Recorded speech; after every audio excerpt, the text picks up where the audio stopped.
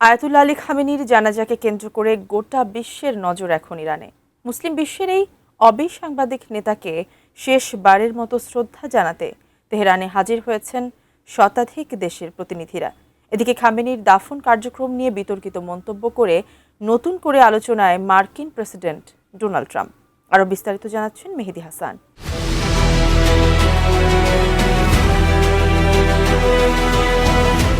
একদিকে যুক্তরাষ্ট্রের স্বাধীনতার ২৫০তম বার্ষিকীর বর্ণাঢ্য আয়োজন, অন্যদিকে তেহরানের আকাশ ছেয়ে গেছে ইরানের সর্বোচ্চ ধর্মীয় নেতার বিদায়ের গভীর শোকে।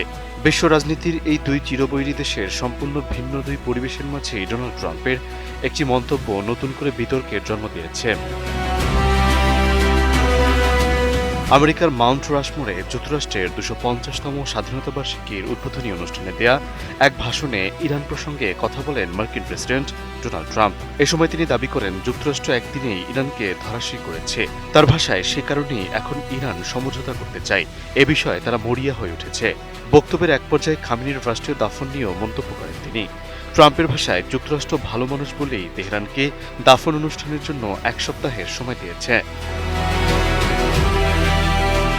কোয়ালিটি সম্পন্ন আন্তর্জাতিক মানের still bar CSRM, committed for better still. ট্রাম্পের এই বক্তব্য প্রকাশের পর বিষয়টি আন্তর্জাতিক অঙ্গনে নতুন করে আলোচনা এসেছে। কারণ ইরানের সর্বোচ্চ ধর্মীয় নেতার শেষ বিদায়ের আনুষ্ঠানিকতা চলার সময় এমন মন্তব্য করেছে মার্কিন প্রেসিডেন্ট।